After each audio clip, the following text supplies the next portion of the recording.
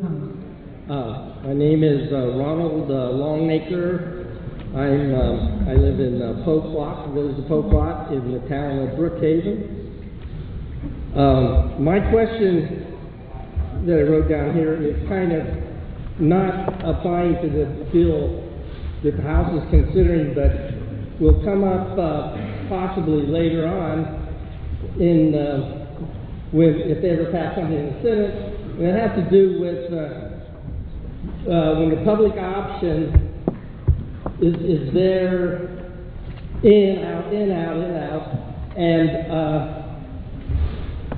Olympia Snow suggested that to have a trigger mechanism for analyzing whether a public option is necessary, so that if you start out with a reform, it's private, but then there's a way to look at the escalating costs, if it does escalate, whether that would be a trigger mechanism to bring in a public option. I'd like to have your opinion on it. Thank you. Thank you.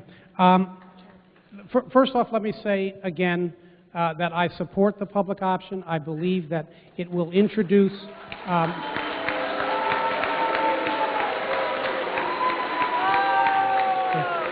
I believe it will introduce into the system the kind of competition that right now is lacking. But what I'm fundamentally interested in,